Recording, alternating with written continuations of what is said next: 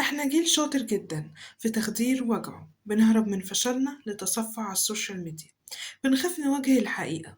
اختياراتك النهاردة هي اللي بتبني مستقبلك بكرة، وبتحدد هتكون فين بكرة. انت مش ضحية الظروف، انت ضحية الوقت اللي بتضيعه على التليفون كل يوم وانت لسه بتقول لسه بدري.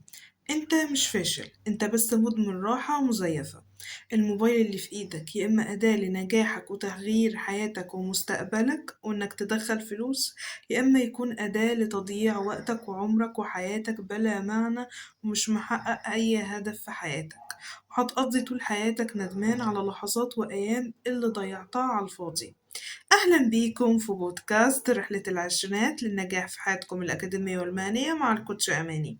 شاهد الفيديو للنهاية، إزاي تبدأ وتطور نفسك وحياتك ومستقبلك يتغير وتستغل وقتك صح لتغيير حياتك. حدد هدفك الرئيسي، اكتشف انت عايز ايه بالضبط في حياتك. عايز تشتغل في وظيفة، ولا عايز تبني مشروعك الخاص وتنجح فيه، ولا عايز تطور مهاراتك؟ المهم تحدد هدفك بوضوح. عايز تنجح في مجال المحاسبة، اشتغل وطور نفسك في المحاسبة وركز عليه كل يوم. حدد إيه المجال اللي انت عايز تنجح فيه وركز واشتغل وطور من نفسك كل يوم. اكتب أهدافك على ورقة بوضوح عشان عقلك يعرف يركز على الهدف ده وتنجح فيه. حدد إيه المجال اللي عايز تنجح فيه وركز عليه، وحط طاقتك ووقتك وتركيزك عليه. خطوات عملية لتقسيم الهدف الكبير لخطوات صغيرة. اكتب هدفك الكبير بوضوح. تريد تحسين مستواك في اللغة، حدد المدة خلال مثلا 6 شهور. حدد ايه المستوى اللي عايز توصله خلال ال6 شهور. اسأل نفسك ايه النتيجة النهائية لما تنجح في الهدف ده. هتقدر تتكلم بطلاقة وتشتغل في وظيفة أحلامك وتسافر؟ قسم الهدف لخطوات زمنية. حدد أشهر وأسابيع وأيام لتحقيق هدفك الكبير. الشهر الأول حدد 500 جملة تتعلمهم وتطور من مهاراتك الإنجليش.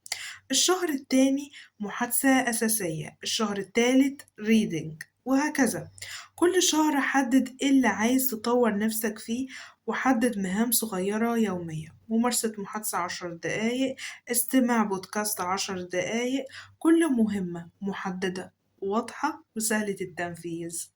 ركز على مهمة واحدة كل يوم، بدل ما تحاول تعمل كل حاجة مرة واحدة وتشتت نفسك في أكتر من مجال وفي أكتر من مهارة وفي أكتر من حاجة. ركز على مجال واحد يوميا، حاجة واحدة حط كل تركيزك عليها خلال اليوم. حدد وقت لكل مهمة ولكل مهارة ولكل مشروع. الصبح استماع بودكاست ممارسة اللغة، بعد الظهر تطبيق عملي على اللي شاهدته في البودكاست، تصوير فيديو لنفسك. المهم إنك تلتزم بوقت محدد لكل مهمة. سجل تقدمك اليومية، اكتب في نوتة إيه المهارات اللي أنجزتها. شعور الإنجاز هيحفزك على الاستمرارية. قيم نفسك أسبوعيا، شوف إيه اللي قدرت تنجزه وإيه اللي قدرت تتطور فيه وإيه اللي محتاج تتطور فيه أكتر عشان تقرب من أحلامك وأهدافك. لو المهمة صعبة، قسمها لخطوات صغيرة تكون سهلة التنفيذ إنك تعملها وتنجح فيها. احتفل بإنجازاتك الصغيرة، كل خطوة صغيرة بتكملها كافئ نفسك. ده هيحفزك على الاستمرارية وهيحسسك بالتقدم والإنجاز في حياتك. ركز على تنفيذ المهام العملية والخطوات الصغيرة اللي بتعملها كل يوم. ده اللي هيوصلك لحلمك الكبير، ده اللي هيوصلك للنجاح الكبير، ده اللي هيوصلك للتغيير في حياتك ومستقبلك. العادات الصغيرة اللي بتكررها كل يوم بتصنع فرق ونجاح كبير في حياتك ومستقبلك. استخدم جدول يومي، نظم وقتك لكل مهارة تتعلمها. حدد وقت محدد لكل مهارة عايز تطور نفسك فيها. عايز تطور الإنجليش، حدد ميعاد ثابت يوميا واستمر عليه. عايز تطور الإكسل، حدد ميعاد ثابت يوميا وطور نفسك فيه. بتشتغل على مشروع أونلاين، حدد ميعاد ثابت يوميا تطور نفسك فيه وتشتغل عليه. المهم كل مهارة كل مشروع كل حاجة عايز تطور نفسك فيها خصص لها وقت محدد. خصص وقت محدد للتعلم اليومي، ساعة يومية لتتعلم مهارة جديدة وتطور نفسك فيها. طبق فورا أي معلومة تتعلمها، التجربة العملية أهم من القراءة والكلام النظري. سجل تقدمك اليومية، سجل اللي عملته في اليوم ده هيخليك متابع لنموك وإنجازك، وده هيساعدك ويخليك منظم لوقتك وعارف وقتك ماشي إزاي. إزاي تدير وتنظم وقتك؟ استخدم مؤقت لهاتفك، قسم وقتك لمهام ومهارات خلال اليوم. كل مهارة، كل مشروع، كل حاجة بتعملها حدد وقت محدد ليها كل يوم. قلل تشتت السوشيال ميديا، اغلق إشعارات الهاتف أثناء وقت العمل ومذاكرتك، وقت اللي بتتعلم وبتطور نفسك فيه. اقرا كتب عملية، ركز على كتب تطوير الذات وعن النجاح وإدارة الوقت، واكتسب مهارات عملية. ده اللي هيخليك تتقدم وتتطور في حياتك ومستقبلك وفي مهنتك ومجالك. مارس الرياضة بانتظام حتى لو نص ساعة يوميا، الرياضة هتعطيك طاقة، قوة، تركيز لتطوير حياتك وشغلك ومهاراتك. اهتم بصحتك العقلية، كتابة يوميات، التأمل، اليوجا، ده هيساعدك لتقليل التوتر وتطلع أفكار السلبية اللي بتدور في دماغك ويديك طاقة إيجابية وتركيز، وده هيساعدك إنك تتطور في مهنتك ومجالك وفي حياتك ومستقبلك. اتعلم من ناس ناجحة، تابع فيديوهات من البودكاست، اقرا كتب عن النجاح، ثقف نفسك، طبق الأفكار اللي بتقراها في حياتك بس بأسلوب عملي متناسب مع تفكيرك وشخصيتك ومهاراتك وحياتك وظروفك. اتحدى نفسك أسبوعيا، جرب حاجة جديدة خارج منطقة راحتك، ده هيفتح لك فرص للنجاح في حياتك وتكتشف نفسك، ايه المهارات وايه هواياتك. ده هيفتح لك أبواب فرص إنك تنجح وإنك تتغير حياتك. ابني علاقات إيجابية، حاوط نفسك بأشخاص يدعموك ويحفزوك على النجاح. اسأل خبراء أو أشخاص من نفس مجالك وتعلم من خبرتهم ورحلتهم. ابدأ مشاريع صغيرة، أي فكرة أو أي مهارة عندك جربها في المشروع بشكل عملي. اصبر واستمر للنجاح. النجاح مش بيجي من أول يوم بدأت فيه مشروع أو مهارة بتتعلمها. النجاح بيحتاج لصبر ووقت كبير واستمرارية كل يوم، وكل يوم انت بتستمر وبتنضبط وبتلتزم وبتطور نفسك. ده اللي هيقربك أكتر للنجاح الكبير بكرة. إزاي تقلل من استخدام التليفون وتصفح السوشيال ميديا؟ أول ساعة في يومك ابتعد عن الهاتف والسوشيال ميديا، ده هيخلي يومك مليء بالإنجاز والطاقة والتركيز والنشاط العالي إنك تنجز في يومك. نزل تطبيق أو أعمل مؤقت لتحديد وقت لتصفحك على السوشيال ميديا، ده طبعا هيقلل من إدمانك على السوشيال ميديا. بتذاكر، بتشتغل، خلي التليفون بعيد عنك وبعيد عن المكان اللي بتذاكر فيه، ده يعطيك تركيز أكتر وإنجاز في يومك. اقفل الواي فاي وإنت بتذاكر أو بتشتغل، ده هيمنعك منه تمسك الموبايل وده هيمنعك إن أنت تتشتت. ولو بتشتغل أونلاين اقفل الإشعارات، ده هيساعدك على التركيز أكتر في شغلك وتمنع التشتت.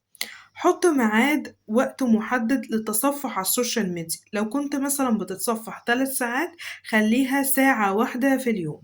وما تاخدش الموبايل معاك على السرير، وما تتصفحش قبل النوم، لأن لو مسكت الموبايل قبل ما تنام هيحصل لك إرهاق أثناء النوم. بص على وقتك كل يوم، شوف ايه كام ساعة بتضيعها، ده هيخلي عندك وعي إن أنت تشوف وتحسن من نفسك وتبطل العادات السلبية. أنت مش محتاج تبطل تمسك الموبايل، أنت محتاج تتحكم فيه قبل ما هو يتحكم فيك. استخدم الموبايل بعد ما تخلص مذاكرة وشغل، كده هتكون بتتحكم في موبايلك ويومك ووقتك. ما تستناش مزاجك يكون حلو ورايق عشان تبدأ. ابدأ حتى لو مش حابب، ابدأ حتى لو ما عندكش شغف، ابدأ حتى لو ما عندكش طاقة. الشغف بيجي بعد ما تبدأ مش قبل. اشتغل حتى لو نص ساعة يوميا، ولو مش قادر تعمل حاجة ابدأ بأقل وقت تقدر عليه وتقدر تشتغل عليه. استمر كل يوم واشتغل على نفسك، وهتلاقي نفسك عندك شغف وطاقة اتجاه المهارة دي. الشغف هيجي لما تبدأ، لما كل يوم تستمر، كل يوم هتكتشف نفسك، هتكتشف إن الحاجة دي بتحبها، هتكتشف بعد كده إن الحاجة دي عندك شغف فيها. مش لازم تبقى مثالي، بس ابعد عن أكتر حاجة بتسرق وقتك، التيك توك، الريلزات. حاول على قد ما أقدر تقلل من استخدامها. بلاش تضغط على نفسك بزيادة، ما تحاولش تبقى بيرفكت، اعمل اللي تقدر عليه. أهم حاجة إنك تستمر، حتى لو كل يوم بتعمل خطوة صغيرة جدا. خليك صادق مع نفسك، لو ضيعت وقت اعترف، واجه نفسك بالحقيقة. الصراحة مع نفسك هي بداية تغييرك للأفضل. ما تقارنش نفسك بحد، كل شخص له ظروفه المختلفة، ليه حياته المختلفة، ليه نجاحه المختلف. هو قدراته غيرك، حياته غيرك، ظروفه غيرك. عشان كده لو هتقارن نفسك بحد، قارن نفسك بنفسك.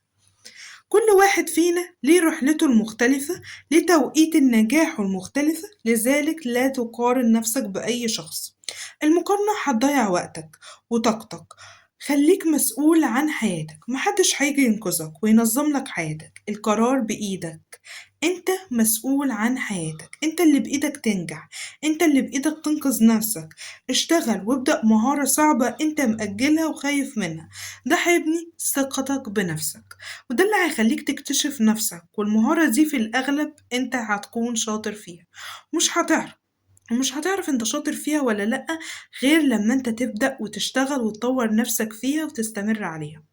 انهي يومك بحاجة مفيدة، قراءة كتاب، قراءة جزء من القرآن الكريم، اتعلم حاجة جديدة. ده اللي هيخليك تتقدم في حياتك. مشكلتك مش إنك مش قادر، مشكلتك إنك كل يوم بتأجل وبتستنى اللحظة المثالية اللي عمرها ما بتيجي أصلا. في رحلة العشرينات مش أهم حاجة إنك تمشي بسرعة، لكن إنك تمشي في الاتجاه الصح والطريق الصح. كل اختيار صغير بتاخده النهاردة هو اللي بيحدد وبيرسم مستقبلك بكرة، وبيحدد هتكون مين بكرة، هتكون فين بكرة. ما تستناش الفرصة، الفرصة انت اللي بتصنعها خطوة بخطوة. ولو الحلقة دي فرقت معاك ابدأ من الآن، وخلي كل يوم ليه معنى وليه هدف ويقربك أكتر من حلمك. ما تستناش، اشترك في القناة عشان تكمل رحلتك معايا، لأن اللي جاي هيغير طريقة تفكيرك وحياتك ومستقبلك كلها. أنا الكوتش أماني بقدم لكم نصائح تفيدكم في حياتكم وتغيير حياتكم للأفضل. إلى اللقاء في الحلقة القادمة.